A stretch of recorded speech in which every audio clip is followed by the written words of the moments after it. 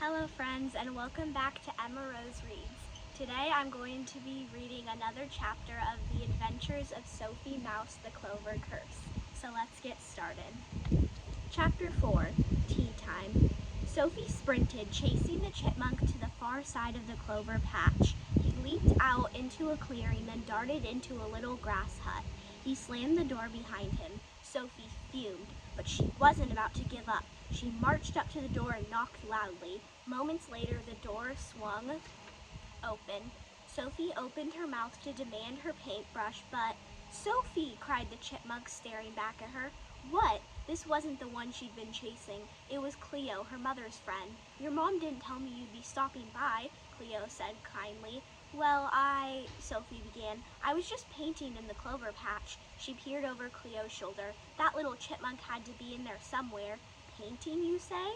Cleo asked curiously.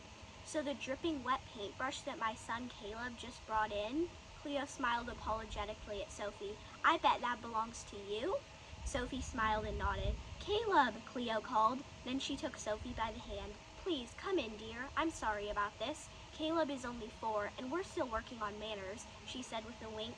The young chipmunk shuffled in from another room. He had his hands behind his back. "Caleb," said Cleo, "this is my friend Sophie. I think you have something of hers?" Caleb shook his head. "No, I don't," he replied with wide eyes. Drip, drip. Drops of green paint splattered onto the floor behind Caleb's feet. "Caleb," said Cleo firmly. Caleb sighed. "Sorry," he said, shyly handing over the brush. Then his face brightened. "Can you stay for tea?" he asked Cleo. "Of course," Cleo replied, looking at Sophie. "If she'd like."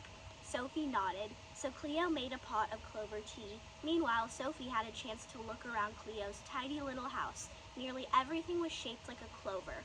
The windows, the table, the stools, and even the teacups that Cleo poured the tea into. The three of them sat down at the table. Caleb reached for a clover-shaped biscuit. Cleo and Sophie sipped their tea and chatted. Cleo asked about the colorful paint smudges on Sophie's hands. Sophie explained how she'd made a new color from clover leaves.